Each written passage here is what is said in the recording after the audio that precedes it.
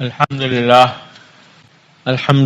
رب العالمين، والصلاة والسلام على سيدنا ونبينا وحبيبنا وشفيعنا ومولانا محمد خاتم النبيين وإمام المرسلين وعلى آله وأصحابه أجمعين وعلى كل من تبعهم بإحسان إلى يوم الدين.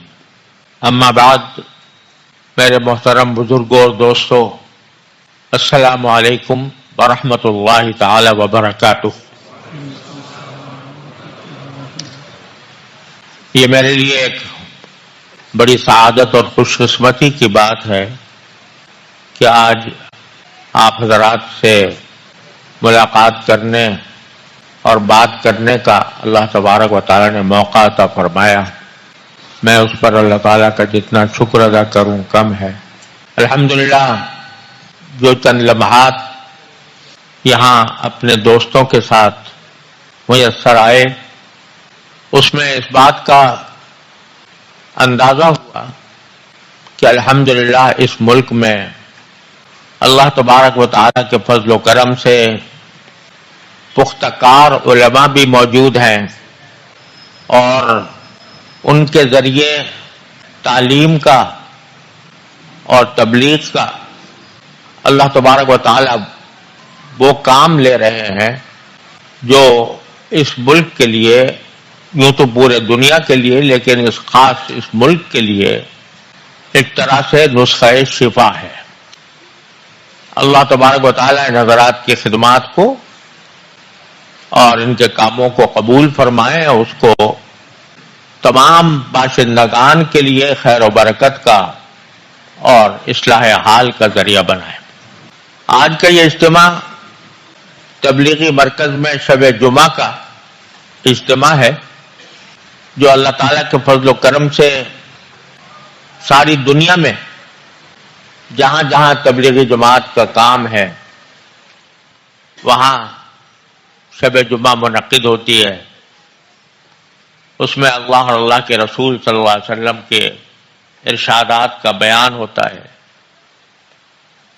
ہر انسان میں اپنی اصلاح کی ایک طلب اور تڑپ پیدا ہوتی ہے، اور دین کی دعوت و تبلیغ کا جو عظیم مشن ہے اس کو ان اجتماعات سے بفضلہ تعالی بڑی تقویت ملتی ہے۔ اللہ جل جلالہ نے اپنے فضل و کرم سے تبلیغی جماعت سے دنیا بھر میں دین پھیلانے کا جو عظیم کام لیا، وہ اس دور میں بے مثال ہے، اور حقیقت یہ ہے کہ اللہ تبارک و تعالی حضرت مولانا محمد الیاس صاحب قدس اللہ تعالی سرہ کے درجات بلند فرمائے، ان کے قبر کو نور سے بھرے، کہ اللہ تبارک و تعالی نے ان کے سینے میں مسلمانوں کو دین پر چلنے کی طلب ایک آگ کی شکل میں ان کے دل میں پیدا فرما دی تھی۔ وہ سینے کی آگ ہے جو آج تک الحمدللہ لو دے رہی ہے۔ اور یہ تجربہ ہے، خود میرا ذاتی تجربہ بھی ہے اور ہر مسلمان اس کا گواہ ہے کہ اللہ تبارک و تعالی نے اس جماعت کے ذریعے زندگیوں میں انقلاب پیدا کیے ہیں۔ ایسے لوگ جو دین سے بالکل ناواقف، دین کی بالکل پرواہ نہ کرنے والے، اور دنیا داری میں اور لہو و لعب میں مشغول لوگ، اللہ جل جلالہ نے اس جماعت کے کام کے ذریعے ان کو ایسا سچا پکا مسلمان بنایا کہ اب وہ خود داعی حق بنے ہوئے ہیں، اور ان کے ذریعے دین کا نور دوسروں تک پہنچ رہا ہے۔ اللہ تبارک و تعالی نے نہ جانے حضرت مولانا الیاس صاحب قدس اللہ تعالی سرہ کے اخلاص کا کیا مقام تھا کہ اس اخلاص نے دنیا بھر میں اسلام کا نور پھیلایا اور پھیلا رہا ہے۔ اللہ تبارک و تعالیٰ اس میں مزید ترقی عطا فرمائے۔ مجھے حضرت مولانا محمد الیاس صاحب قدس اللہ تعالیٰ سرہ کی زیارت کا شرف تو حاصل نہیں ہوا، لیکن حضرت مولانا محمد یوسف صاحب، حضرت مولانا محمد یوسف صاحب رحمۃ اللہ علیہ، ان کے صاحبزادے، الحمدللہ ان کے بیانات، ان کے خطابات سننے اور ان کی صحبت میں رہنے کی اللہ تبارک و تعالیٰ نے توفیق بخشی، جو اللہ تبارک و تعالیٰ کا بہت بڑا میں اپنے اوپر احسان سمجھتا ہوں۔ جب وہ بیان فرماتے تھے، ایک دو نہیں، دسیوں بیانات ان کے الحمدللہ سننے کی توفیق ہوئی۔ خود ہمارے دارالعلوم کے اندر حضرت جب بھی کراچی تشریف لاتے تو دارالعلوم کے اندر تشریف لایا کرتے تھے، ان کا بیان حضرت والد صاحب رحمۃ اللہ علیہ کرایا کرتے تھے۔ تو جب وہ بیان فرماتے تھے تو ہم جیسے ناکارہ لوگ بھی محسوس کرتے تھے کہ ان کے سینے میں ایک بھٹی سا لگ رہی ہے، اور اس سینے کی آگ کو وہ اپنے سامعین تک اس طرح منتقل فرماتے تھے کہ ہر دل پر اثر انداز ہوتی تھی۔ تو اللہ تبارک و تعالیٰ نے جتنا کام اس جماعت سے لیا، شاید دنیا میں انجمنیں، جماعتیں پتہ نہیں کتنی قائم ہیں، وہ ان میں سے کوئی اتنا نتیجہ اور اتنا بڑا ثمرہ پیدا نہیں کر سکی جتنا اللہ تبارک و تعالیٰ نے اس جماعت کو توفیق عطا فرمائی۔ شروع میں کہا جاتا تھا کہ تبلیغی جماعت دینی مدارس کو اہمیت نہیں دیتی یا علماء کرام کو اہمیت نہیں دیتی، لیکن آنکھوں کا مشاہدہ ہے کہ تبلیغ جماعت کی محنتوں کے نتیجے میں اتنے دینی مدارس دنیا کے اندر پیدا ہوئے کہ جن کی کوئی انتہا نہیں ہے۔ لہذا بعض اوقات فضول قسم کے اعتراضات تبلیغ جماعت کے اوپر کیے جاتے ہیں جو در حقیقت ناواقفیت کا اور ناتجربہ کاری کا نتیجہ ہے، ان میں کوئی حقیقت نہیں۔ اگر تبلیغی جماعت کی فضیلتوں، اس کے کارناموں، اس کی کامیابیوں کی تفصیل بیان کرنے پر آؤں تو ساری رات بھی کافی نہ ہو، کیونکہ جن زندگیوں میں آنکھوں نے انقلاب دیکھا ہے وہ بے شمار ہیں۔ لہذا اس وقت میرا موضوع یہ نہیں ہے، اس لیے نہیں ہے کہ یہ سورج کو چراغ دکھانے کے مرادف ہے۔ اللہ تبارک و تعالی نے جس طرح اس تبلیغی جماعت سے کام لیا اور لے رہے ہیں، وہ ایک اللہ تبارک و تعالیٰ کی ایسی نعمت ہے کہ اس کو بیان کرنے کی میں اس مجلس میں حاجت نہیں سمجھتا۔ ماشاءاللہ سب لوگ اس سے واقف ہیں، لیکن آج کی مجلس میں در حقیقت ایک اہم نقطے کی طرف آپ حضرات کی توجہ دلانا چاہتا ہوں۔ وہ یہ ہے کہ بسا اوقات ایک کام نہایت صحیح بنیادوں پر، صحیح طریقے سے اللہ تبارک و تعالیٰ کی رضا کے لیے اور اس کی خوشنودی کی خاطر شروع ہوتا ہے۔ بعض اوقات ہم لوگ مطمئن ہو کر بیٹھ جاتے ہیں کہ یہ کام ٹھیک چل رہا ہے، اور اس میں جو خرابیاں پیدا ہوتی ہیں، جو فساد کے راستے پیدا ہو رہے ہوتے ہیں، ان کی طرف ہمارا دھیان نہیں جاتا۔ اس کے نتیجے میں وہ بہترین کام رفتہ رفتہ انحطاط کی طرف جاتا ہے، زوال کی طرف جاتا ہے، اور اس کے جو فائدے ہو رہے تھے ان کو فائدوں کو مٹانے کا ذریعہ بن جاتا ہے۔ لہذا ہمیں ہر وقت اپنے ہر کام میں اپنا محاسبہ کرتے رہنا چاہیے. میں اپنے دینی مدارس میں بھی خود اپنے بارے میں، اپنی ذات کے بارے میں، اپنے مدارس دینیہ کے بارے میں، جب کبھی مدارس میں حاضری ہوتی ہے، علماء اور طلباء اور اساتذہ سے بات کرنے کا موقع ملتا ہے، تو اس میں مدارس دینیہ کے فضائل بیان کم کرتا ہوں، لیکن اس بات کی طرف توجہ زیادہ دلاتا ہوں کہ ہمارے اندر کیا ایسی خامیاں پیدا ہو رہی ہیں جو ان مدارس کے فائدے کو کم کریں یا محدود کر دیں یا ختم کر دیں.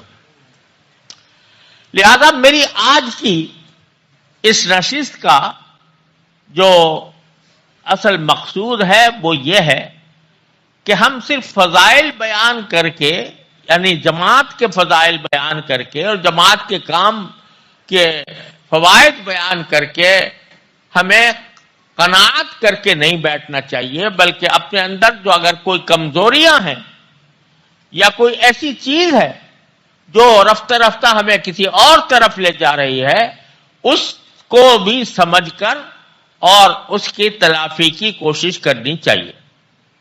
اس نقطہ نظر سے میں آپ کی خدمت میں چند گزارشات اختصار کے ساتھ پیش کرنا چاہتا ہوں، اور اس امید کے ساتھ پیش کرنا چاہتا ہوں کہ اس کو کسی مخالفت پر محمول نہ کیا جائے، بلکہ ایک دوست، ایک محبت کرنے والے کی طرف سے کچھ باتوں کی نشاندہی کرنے کی کوشش سمجھا جائے اور اس پر ٹھنڈے دل سے غور کیا جائے، تاکہ جو راستے جب کوئی کام بڑھتا چڑھتا نظر آتا ہے، دین کا کوئی کام بڑھتا چڑھتا نظر آتا ہے، تو شیطان کو کبھی بھلا نہیں لگتا اور وہ اس میں دراڑیں ڈالنے کی کوشش کرتا ہے، اور بعض اوقات ہم خود اس کا سبب بن جاتے ہیں. لہذا ہمیشہ اپنے آپ کو اپنے خود محاسبے کے لیے تیار رکھنا چاہیے. ہم میں سے ہر شخص، چاہے وہ دین پر کتنا بھی عمل کر رہا ہو، نماز کا پابند ہو، تہجد گزار ہو، ذکر کرتا ہو، تسبیح کرتا ہو، اس کو بھی ہر وقت اپنا محاسبہ کرنا چاہیے کہ میں کہاں غلطی کر رہا ہوں، اور پھر اس غلطی کی اگر کوئی نشاندہی کیے جائے تو اس کو اپنا مخالف سمجھے بغیر اس کو اپنا خیر خواہ سمجھ کر اس کی بات کو سننا اور سمجھنا چاہیے. ان میں سب سے پہلی بنیادی بات جس کی طرف میں آپ حضرات کو بہت ہی دل سوزی کے ساتھ، ہمدردی اور خیر خواہی کے ساتھ متوجہ کرنا چاہتا ہوں، وہ یہ کہ جو لوگ تبلیغی جماعت کے کام میں سرگرم ہوتے ہیں، ان کے طرز عمل، ان کے طرز بیان، ان کی تقریروں، ان کے بیانات کے نتیجے میں عام لوگوں میں یہ تاثر بے انتہا پھیلا ہوا ہے کہ دین کا اگر کوئی کام ہے تو صرف وہ جماعت تبلیغ کا کام ہے. اگر دین منحصر ہے اسی خاص طریقہ تبلیغ میں، جس میں کوئی آدمی روزہ لگائے، کوئی آدمی چلہ لگائے، کوئی آدمی 4 مہینے لگائے، کوئی آدمی سال لگائے، جو یہ کام نہیں کرتا وہ دین سے ناواقف ہے، دین پر عمل کرنے والا نہیں ہے، اور دین کے جتنے دوسرے کام ہو رہے ہیں وہ سمجھو کہ بیکار ہو رہے ہیں. بعض اوقات تو یہ تاثر ہو جاتا ہے کہ وہ بیکار ہو رہے ہیں، یا دین کی صحیح سمجھ نہیں رکھتے، یا دین کے صحیح طریقہ کو پر عمل کرنے والے نہیں ہیں، لہذا وہ غیر ہیں، وہ دور ہیں. اپنا وہ ہے جو تبلیغ جماعت میں ہے، جو تبلیغ جماعت میں چلے لگاتا ہے، جو سیروزے لگاتا ہے، جو اس خاص گشت میں شامل ہوتا ہے، خاص طریقہ کار سے شامل ہوتا ہے، وہ اپنا ہے، دوسرا جو ہے وہ بیچارہ بس اس قابل تو ہے کہ اس کو سلام کر لیا جائے اور اس سے ملاقات کر لی جائے، اس کی اکرام مسلم کے تحت اس کی کچھ عزت کر لی جائے، لیکن وہ دین کا صحیح علمبردار نہیں ہو سکتا، وہ دین کے اوپر صحیح عمل کرنے والا نہیں ہو سکتا جو اس خاص طریقے سے جماعت کے طریقے میں شامل نہ ہو اور اس میں سے روزے اور چلے نہ لگائے اور ان کے ساتھ گشت نہ کرے۔ یہ ایک تاثر ہے جو قدر پھیلا ہوا ہے کہ جس کی کوئی حد و نہایت نہیں۔ اس کے بے شمار مظاہرے میری آنکھوں نے دیکھے اور اس کے نتیجے میں یہ مجھے اندیشہ ہے کہ کسی وقت یہ تاثر اگر بڑھتا چلا جائے تو یہ ایک فرقے کی شکل اختیار نہ کرے۔ میں آپ سے کھل کر بات کرنا چاہتا ہوں تاکہ جو میرے دل کی بات ہے وہ آپ سے کسی لاگ لپیٹ کے بغیر کر سکوں۔ اس کا ایک نتیجہ یہاں تک پہنچ گیا ہے کہ کہا جا رہا ہے کہ تبلیغ اور دعوت صرف زبان سے ہو سکتی ہے، قلم سے نہیں ہو سکتی۔ اگر کوئی دوسروں کو قلم کے ذریعے، تحریر کے ذریعے، کتابوں کے ذریعے، رسائل کے ذریعے، خطوط کے ذریعے اگر دین کی طرف بلاتا ہے، وہ دعوت نہیں ہے، وہ تبلیغ نہیں ہے۔ وہ اس کو اگر کوئی تبلیغ سمجھتا ہے تو غلط ہے۔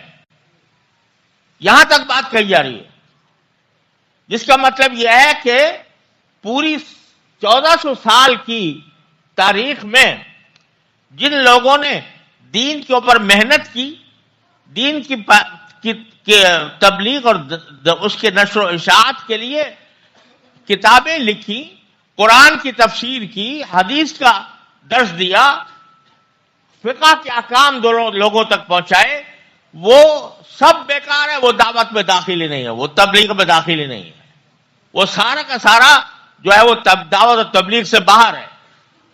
اس قسم کی باتیں بھی کہی جانے لگی ہیں، کریں اتباع۔ اب اگر اس کے معنی کیا ہوئے کہ یہ خاص طریقہ جو حضرت مولانا محمد الیاس صاحب رحمۃ اللہ علیہ کے قلب پر اللہ تعالیٰ نے القاء فرمایا اور وہ بڑا مفید ثابت ہوا، اس سے پہلے جو کچھ ہوا ہے وہ نہ کوئی دین کی دعوت تھی، نہ تبلیغ تھی، نہ دین کی کوئی خدمت تھی، اور خدمت دین منحصر ہے اسی خاص طریقے میں جو مقرر کر دیا گیا۔ اگر کسی خاص طریقے کو جو کسی مصلحت کے تحت دین کے کام کے لیے اختیار کیا گیا اس کو لازم، اس کو فرض عین سمجھ لیا جائے تو وہ بدعت بن جاتا ہے۔ اسی کو بدعت کہتے ہیں۔ بدعت اس کو کہتے ہیں کہ دین میں کوئی ایسی نئی بات پیدا کی جائے کہ جس کا تصور نہ نبی کریم صلی اللہ علیہ وسلم نے پیش کیا، نہ صحابہ کرام کے زمانے میں ہوا، نہ وہاں چلہ تھا، نہ وہاں گشت تھا، نہ وہاں سروزہ تھا، لیکن اس کو لازم قرار دے لیا جائے تو وہ بدعت بن جاتا ہے۔ یہ میں آپ سے بہت ہی دکھی دل کے ساتھ یہ بات کہہ رہا ہوں۔ میں نے خود آنکھوں سے دیکھا کہ ایک بہت بڑے عالم ایسے ہی اسی شب جمعہ میں، شب جمعہ نہیں تھی، کوئی تبلیغی اجتماع تھا، اس میں ایک کو لے گیا، وہاں پر تعارف کرایا گیا کہ یہ انہوں نے بڑے عالم ہیں، انہوں نے بہت بڑی خدمت انجام دی ہے، بہت کتابیں لکھی ہیں، بہت دین کی خدمت کی ہے۔ وہاں سے مجمع سے سوال یہ کھڑا ہوا گیا ایک آدمی، اس نے کہا کہ یہ بتاؤ چلے کتنے لگائے اس نے؟ یہ عالم ہے تو چلے کتنے لگائے اس نے؟ یہ سوال کیا جا رہا ہے اس سے مجمع۔ تو یہ ذہنیت جو پیدا ہو رہی ہے، یہ اگر یہ ذہنیت ختم نہ کی گئی تو یہ فرقہ بن جائے گا اور یہ بدعت بن جائے گی۔ ایک بیچارے بہت ہی مخلص بندے ہیں جو میرے پاس ہر مہینے تقریباً بہت لمبا خط بھیجتے ہیں۔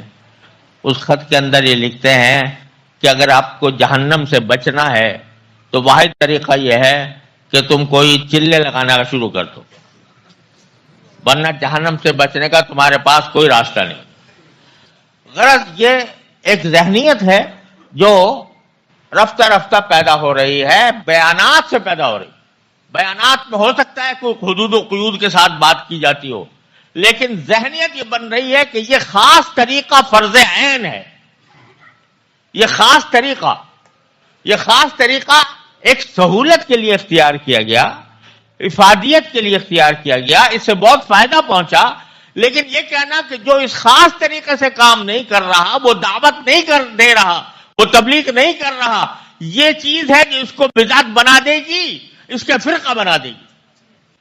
اللہ تعالیٰ حفاظت فرمائے.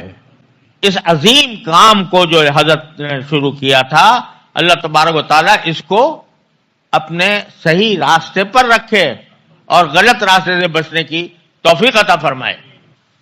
دوسری بات جو وہ بھی بہت زیادہ اہم ہے، وہ یہ کہ یہاں پر عام طور سے تقریروں میں، وعظوں میں، بیانات میں ذہنیت ایسی بنائی جاتی ہے کہ جس سے حقوق العباد پیچھے پڑ جاتے ہیں. سارا کچھ فضیلتیں ان کی ہے جو قربانیاں دیں، اور قربانی کے لیے ماں باپ کو رلا دیں، بیوی بچوں کا حق فوت کر دیں، اپنے رشتہ داروں کا حق فوت کر دیں، تو وہ بھی دین کا ایک حصہ سمجھا جاتا ہے. اور یہ کہا جاتا ہے کہ اگر والدین اجازت نہیں دیتے تو تم اس کے بغیر نکل جاؤ. اگر بیوی تمہاری اکیلی ہے تو اس کو اکیلی چھوڑ کے چلے جاؤ. یہ تعلیم عام طور سے بڑے حضرات عام طور سے ایسا نہیں کرتے، لیکن جو چھٹبھئیے ہیں وہ اپنی تقریروں میں، اپنے بیانات میں اس طرح کی باتیں کرتے ہیں. میں خود آنکھوں سے گواہ ہوں ایسے کا کہ وہ چلے کا شوق ہو گیا اس کو. اب وہ بیوی جو ہے وہ حاملہ ہے اور اس کے پاس کھانے کو پیسے نہیں ہے، وہ کہتے تو خود کما، میں تو اللہ کے راستے میں نکلا، اللہ کے راستے میں خروج کر رہا ہوں، اللہ کے راستے میں خروج کرنے کے لیے میں نکلا ہوا ہوں، تو تیرا اللہ خود کفیل ہوگا، اللہ تعالیٰ خود تیرا کام ٹھیک کر دے گا. یہ مسائل پیدا ہو رہے ہیں. کیوں؟ اس لیے کہ حالانکہ جو 6 نمبر ہیں ان میں اکرام مسلم ایک اہم نمبر ہے. اکرام مسلم کے اندر تمام بندوں کے حقوق کے اعمال شامل ہیں. وہ ان کے اوپر زور دینے کے بجائے کہ جی دیکھو حضرت حنظلہ رضی اللہ تعالیٰ عنہ وہ اپنی بیوی کو پہلی رات میں چھوڑ کر جنگ پہ چلے گئے تھے، تم بھی جیسے ہی کرو اور اسی طرح کیا کرو. خروج فی سبیل اللہ کے لیے، اس کا نام خروج فی سبیل اللہ ہے، لہذا اس کے لیے چھوڑ کے جایا کرو اپنے بیویوں کو، اپنے ماؤں کو چھوڑ کے جایا کرو. ارے بھائی اس وقت نفیر عام تھی، اللہ تبارک و تعالیٰ کی طرف سے ہر شخص کے اوپر فرض تھا، وہ تشریف لے گئے. اب اس کو تم کہو کہ ہر مسلمان کو چاہیے کہ وہ شادی ہونے کے بعد پہلا کام یہ کرے کہ ابھی وہ خلوت صحیحہ بھی نہ ہوئی ہو اور وہ جا کے چلہ لگائے. سمجھے آپ؟ تو یہ ذہنیت پیدا کر رہے ہیں لوگوں کے اندر. ماں کو چھوڑ کے باپ کو، ماں بیمار ہے، باپ بیمار ہے، تمہاری خدمت کا محتاج ہے، چھوڑ کے جا رہے ہو. یہ کہاں کا دین ہے؟ رسول کریم صلی اللہ علیہ وسلم کے پاس 2 صحابی آئے، آ کر انہوں نے عرض کیا کہ یا رسول اللہ ہم جہاد کے شوق میں آئے ہیں، جہاد کے لیے آئے ہیں، تو اپنے ماں باپ کو روتا چھوڑ کر آئے ہیں. رسول کریم صلی اللہ علیہ وسلم نے فرمایا جاؤ واپس، اور جس طرح روتا چھوڑ کر آئے ہو ان کو جا کر ہنساؤ. تم جہاد میں قبول نہیں ہو کہ تم اپنے والدین کو اس طرح چھوڑ کر آئے ہو. تو اب یہ ذہنی کہ جو ہم کام کر رہے ہیں وہ اگر کوئی نہیں کر رہا یا جو کرے تو جس طرح چاہے کرے، ماں باپ کا حق پامال کرے، بیوی کا حق پامال کرے یا اپنے دوسرے حقوق و عباد کو پامال کرے، لیکن اس میں چلے میں نکل جائے. یہ ذہنیت خدا کے لیے اس کو چھوڑو، اللہ کے لیے چھوڑو، اور یہ سمجھو کہ اللہ تعالیٰ کا دین جو ہے وہ یہ کہتا ہے کہ یا ایھا الذین آمنوا ادخلوا فی السلم کافہ، اے ایمان والو اسلام میں پورے کے پورے داخل ہو. پورے کے پورے کا مطلب یہ ہے کہ ہر ایک کا حق اس کا حق ادا کرو. حضرت عبداللہ بن عمرو بن عاص رضی اللہ تعالیٰ عنہ ساری رات جاگتے اور صبح کو سارے دن روزے رکھتے. بیوی نے شکایت کی، آپ نے فرمایا کہ حضرت عبداللہ بن عمرو بن عاص کو باقاعدہ ڈانٹا اور کہا کہ تم ان لنفسک علیک حقا، تمہاری جان کا تم پر حق ہے. ان لزوجک علیک حقا، تمہاری بیوی کا تم پر حق ہے. ان لعینک حقا، تمہارے آنکھ کا تم پر حق ہے. لہذا کبھی روزہ رکھو، کبھی افطار کرو، کبھی رات کو کھڑے ہو، کبھی سو جاؤ.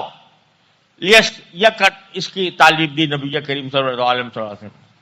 ہر ایک کا حق ادا کرو. قرآن کہتا ہے تلک حدود اللہ، یہ اللہ کی قائم کی ہوئی حدیں ہیں. ان حدوں کو پہچان کر کام کرے گا انسان تو مسلمان ہوگا اور صحیح معنی میں وہ دین پر کاربند ہوگا. اور حدوں کو کراس کرے گا تو وہ دین پر عمل کرنے والا نہیں ہوگا.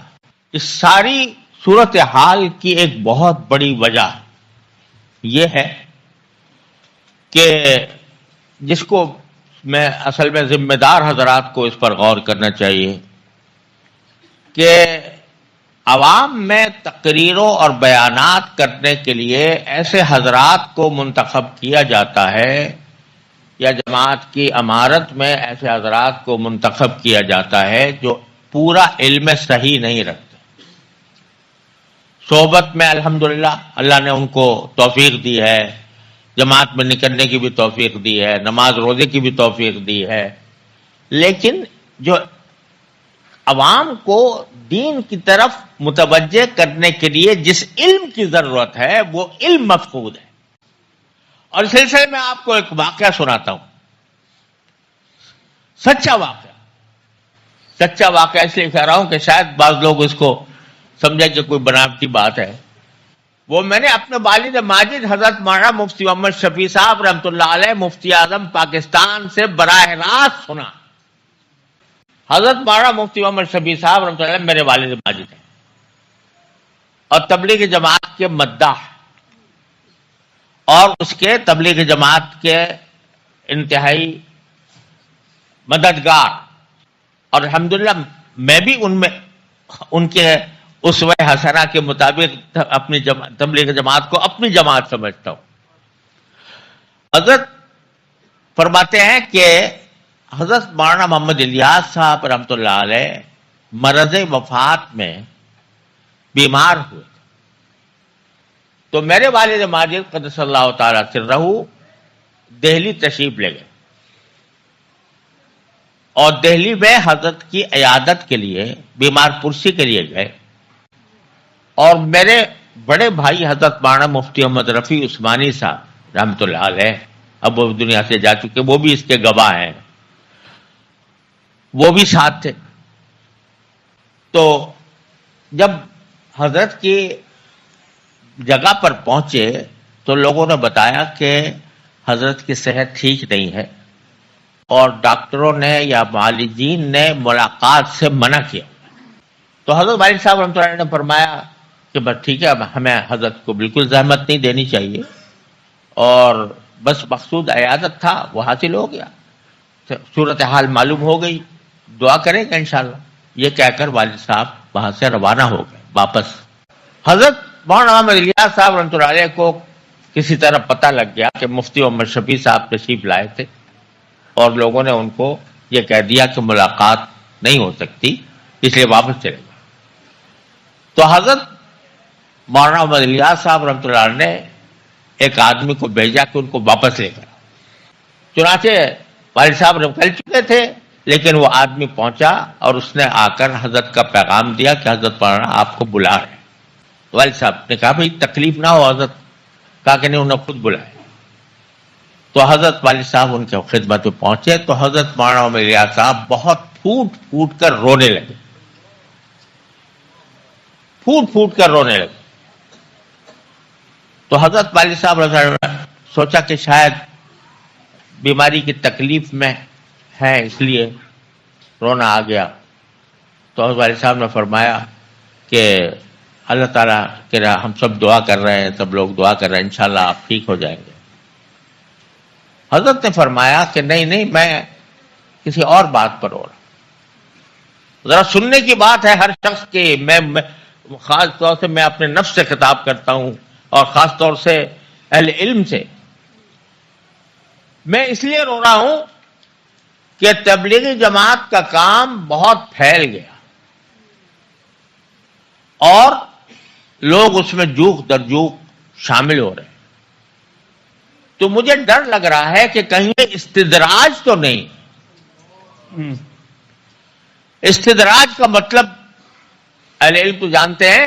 استدراج کا مطلب یہ ہوتا ہے کہ بعض اوقات اللہ تبارک و تعالی دنیا میں کسی کو بڑھاتے چڑھاتے رہتے ہیں، اللہ بچائے. اس کا مقصد ڈھیل دینا ہوتا ہے. مثلا ایک آدمی ہے، وہ گناہگار ہے اعوذ باللہ، اور اللہ تعالیٰ اس کو نوازے جا رہے ہیں، دولت آ رہی ہے، ساری طرف سے دولت کے رخ کا رخ اس کی طرف پھرا ہوا ہے. اللہ بچائے. اس کو قرآن کہتا ہے سنستدرجہم من حیث لا یعلمون. ہم ان کو ڈھیل دیں گے اس طرح کہ ان کو پتہ بھی نہیں چلے گا، ایک دم سے پکڑ لیں گے.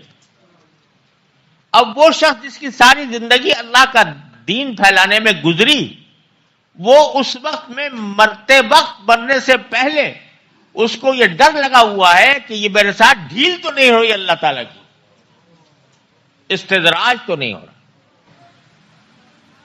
یہ جو بڑا جماعت پھیل رہی ہے یہ کہیں استدراج تو نہیں. حضرت والد صاحب فرماتے ہیں میں حیران رہ گیا ان کی بات سن کے کہ اس وقت میں ان کو یہ فکر آئے. والد صاحب فرماتے ہیں میں نے جم کر کہا کہ حضرت ہرگز استدراج نہیں ہے، ہرگز استدراج نہیں ہے. پوچھا کیا دلیل؟ استدراج نہیں ہے، کیا دلیل؟ تو حضرت والد صاحب نے فرمایا کہ جس شخص کے ساتھ استدراج ہوتا ہے اس کے ذہن میں کبھی خیال بھی نہیں گزرتا کہ استدراج. تو جو آپ کو یہ خیال ہو رہا ہے کہ استدراج ہے، یہ خود اس بات کی دلیل ہے کہ یہ استدراج نہیں ہے، اللہ کی رحمت ہے آپ کے ساتھ. ایک بات تو یہ فرمائی. دوسری بات یہ فرمائی کہ اس لیے بھی رو رہا ہوں کہ میں نے جماعت کا یہ کام شروع تو کر دیا، مگر اس میں عام لوگ زیادہ ہیں، اہل علم کم ہیں. لہذا مجھے خطرہ ہے کہ کہیں یہ عام لوگوں کے ہاتھ میں جا کر کسی غلط راستے پر نہ پڑ جائے. اس لیے آپ کوشش کریں کہ اس میں علماء زیادہ سے زیادہ داخل ہوں تاکہ اس کو غلط راستے پر پڑنے سے بچائیں. تو یہ بات حضرت مولانا الیاس صاحب رحمۃ اللہ دنیا سے جاتے جاتے یہ ان کو یہ خدشہ لگا ہوا تھا. اس خدشے کے کچھ نتائج نظر آ رہے ہیں کہ ایسے لوگ ذمہ دار ہو گئے ہیں کہ جو اصل میں عوام میں سے تھے. علم کی جو ایک ڈھال ہوتی ہے جو انسان کو غلط راستے پر جانے سے بچاتی ہے وہ نہیں. معاف کرنا میں کسی کی طرف اشارہ نہیں کر رہا، نہ میرا کسی کی طرف میرا روح سخن ہے، لیکن یہ ایک صورتحال ہے جو اصلاح کا تقاضا کرتی ہے اور اس کی نہ ہونے کی وجہ سے یہ بہت سی خرابیاں پیدا ہو رہی ہیں. اس لیے میں نے اس کا ذکر کر دیا، ورنہ حاشا وکلا میں ان کو اپنے آپ سے 1000 درجے افضل سمجھتا ہوں جو اللہ کے دین کے لیے کام کر رہے ہیں، چاہے وہ عالم ہے یا غیر عالم ہے. میں اپنے سے 1000 درجہ ان کو افضل سمجھتا ہوں. اعلان کرتا ہوں اس بات کا کہ میں ان کو اپنے سے افضل سمجھتا ہوں کہ وہ دین کے کام کے لیے نکلے ہوئے ہیں. لیکن ایک طالب علم کی حیثیت سے جو بات اللہ نے دل میں ڈالی ہے وہ آپ تک پہنچانا میں ضروری سمجھتا تھا. واللہ علی ما اقول وکیل. ایک اور بات، کچھ تبلیغی جماعت کے بنیادی اصول تھے. پہلا اصول یہ تھا، ان میں سے ایک اصول یہ تھا کہ تبلیغ جماعت کوئی فتویٰ نہیں دے گی. فتویٰ اگر کوئی پوچھے تو مفتیوں کے پاس جاؤ. تبلیغ جماعت کوئی فتویٰ نہیں دے گی. اب فتوے صادر ہو رہے ہیں تبلیغ جماعت سے، فلاں چیز حلال ہے، فلاں چیز حرام ہے. اور جو کوئی اس فتوے کے خلاف کسی نے کوئی بات کہی ہے تو اس کو جاہل کہا جا رہا ہے. اس کو کہا جا رہا ہے کہ جاہل ہے، جاہلوں نے فتویٰ دیا. یہ کبھی نہیں ہوا تبلیغ جماعت کے اصولوں کے خلاف کہ وہ فتویٰ دے. تبلیغ جماعت کے اصولوں کے خلاف ہے کہ کسی کی تردید کرے. اصول جو حضرت مولانا الیاس صاحب رحمۃ اللہ علیہ سے چلے آ رہے تھے، اس میں تردید کا کوئی پہلو نہیں تھا. وہ مثبت دعوت تھی، دین کی مثبت چیزوں کی دعوت تھی. کسی فرقے کی تردید نہیں، کسی جماعت کی تردید نہیں، کسی کی تردید نہیں. اب تردید بھی ایک لازمی حصہ ہو گیا. جہاد کی تردید، جہاد کی تردید، جہاد کے خلاف بیانات، جہاد کے خلاف بیانات کہ دین مار کٹائی کے لیے نہیں آیا تھا. جہاد کے خلاف بیانات. اور جہاد کے جو لوگ جہاد کوئی کر رہے ہوں ان کو ناسمجھ، بے وقوف اور دین کی سمجھ نہ رکھنے والا قرار دیا جا رہا ہے، اور اس کی تردید ہو رہی ہے. شیعوں کی تردید نہیں، بریلویوں کی تردید نہیں، دیوبندیوں کی تردید نہیں، کسی فرقے کی تردید نہیں، لیکن مجاہدین کی تردید ہے جو جہاد کر رہا ہو. حالانکہ جہاد کی آیات کو منطبق کیا جا رہا ہے خروج فی سبیل اللہ اس چلوں کے لیے نکلنے کے اوپر، اور پھر جہاد کی تردید بھی ہو رہی ہے کہ جہاد جو لوگ جہاد کر رہے ہیں وہ سمجھتے نہیں، اصل کام تو یہ تھا، یہ کرنا چاہیے تھا. یہ فتوے اور یہ ان خیالات کا اظہار، تردید جو بنیادی اصولوں کے خلاف بات تھی وہ کی جا رہی. بھائیوں، میں کسی بری نیت سے یہ کام نہیں کر رہا، میں بات نہیں کر رہا. اللہ کی قسم میں تبلیغ جماعت سے محبت کرتا ہوں، اس کے کام کا معترف ہوں، اس کو اس امت کے لیے ایک نجات کا راستہ سمجھتا ہوں. لیکن یہ خرابیاں اگر جاری رہیں تو یہ ایک فرقہ بن کے رہ جائے گا اور امت مسلمہ کے جمہور سے کٹ جائے گا.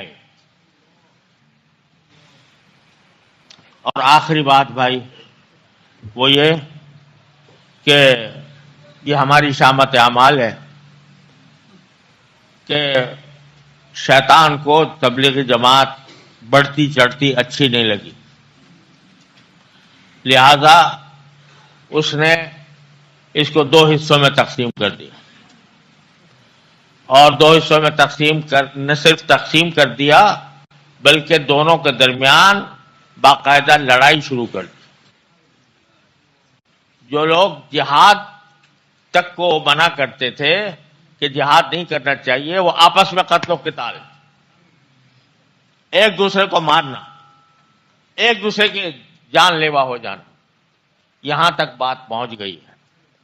یہ سب ان بنیادی خرابیوں کا نتیجہ ہے جن کے میں نے آپ کے سامنے نشاندہی کی ہے.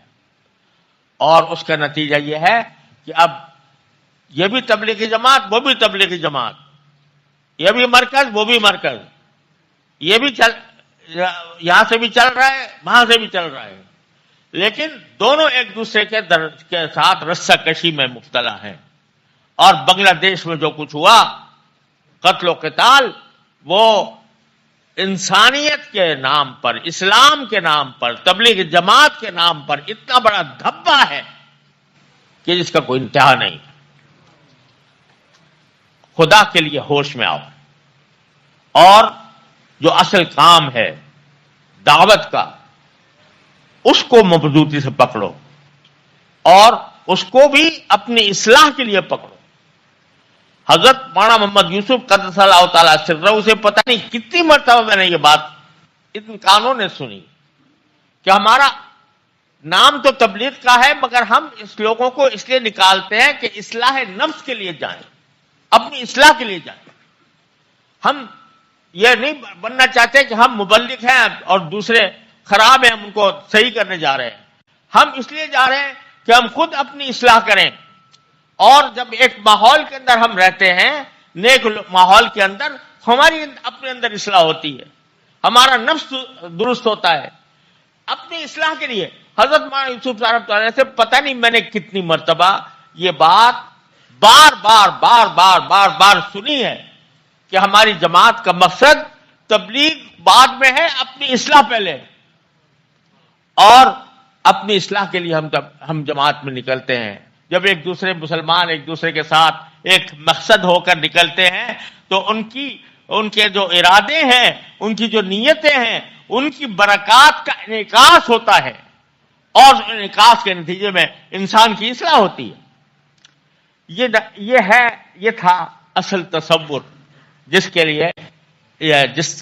نے انقلاب پیدا کر دیا پوری دنیا میں۔ الحمدللہ خدا کے لیے اس کو واپس لائیں، اور اس کو بنیادی تنظیم، چلو اگر دو بٹ گئیں تو بٹ گئیں، لیکن ہم نے تو کوشش کی تھی کہ کسی طرح نہ بٹے، بٹ گئی، اللہ انا للہ و انا الیہ راجعون۔